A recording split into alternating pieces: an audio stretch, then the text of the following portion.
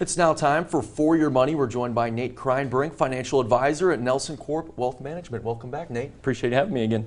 Well, retirement, it's been a big topic on the show, whether it's taxes, investments, Social Security, to name a few. So looking at the landscape, what do you think people need to know to be financially secure going into it? Well, this is one of the more common questions that we get when we sit down with individuals. Kind of what kind of shape am I in for retirement, or simply when can I retire?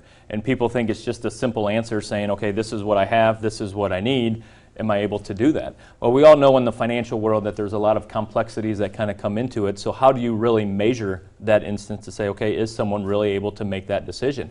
I think we've got a graphic here that kind of goes through some of the framework of just three of the scenarios. And the one thing is, the first one is the 4% safe withdrawal rate. Now this is basically focusing on your investments, saying that you can take out 4% or less of your investments on an annual basis, and historically saying that this will last you 30 plus years as far as in your retirement to be able to take that out. Now again, this is focusing on your investments, so it's kind of forgetting about some of those other cash flow things. Probability of success. This is basically used with the computers, what we call the Monte Carlo situation, where they take tens of thousands of different scenarios and they run them through a test to say, okay, what is the outcome going to be? Is it positive? Is it negative? So if they run 10,000 different scenarios and 9,500 of them come back positive, you have a 95% success rate as far as making that happen.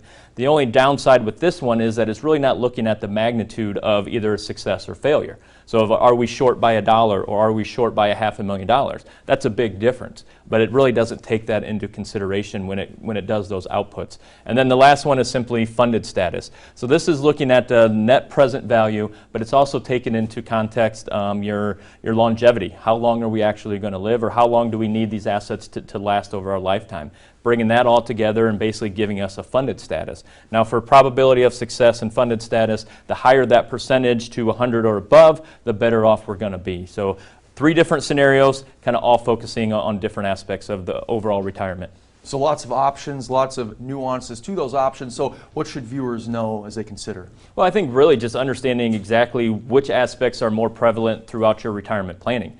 Does Social Security, tax planning, does that have more of an impact? Do our investments have a bigger impact on what I'm going to need to retire? Because each one of these scenarios that we went over definitely looks at it in a different way and gives you a more accurate output as far as what we're looking at. And Nate, is there anything else viewers should know as they begin their planning? Well, I think simply is that any scenario that you want is never going to be 100% accurate, just because of all the assumptions that we're using and the time span that we're using. So with that, we need to make sure that this isn't a one and done plan that we're going to do it. Just when I'm entering retirement, I'm going to do a plan and I'm good to go. We want to always make sure that we're constantly looking at this to make sure we're still on track. Any law changes, how that's going to impact our plan, and again, making sure that we stay on course throughout our retirement, not just at the very beginning. And getting great advice throughout the entire way. That's exactly right. Definitely. Nate, thanks so much for joining us. Appreciate it again, having me. And if you missed any of our conversation, you can find it all. It's on our website, ourquadcities.com.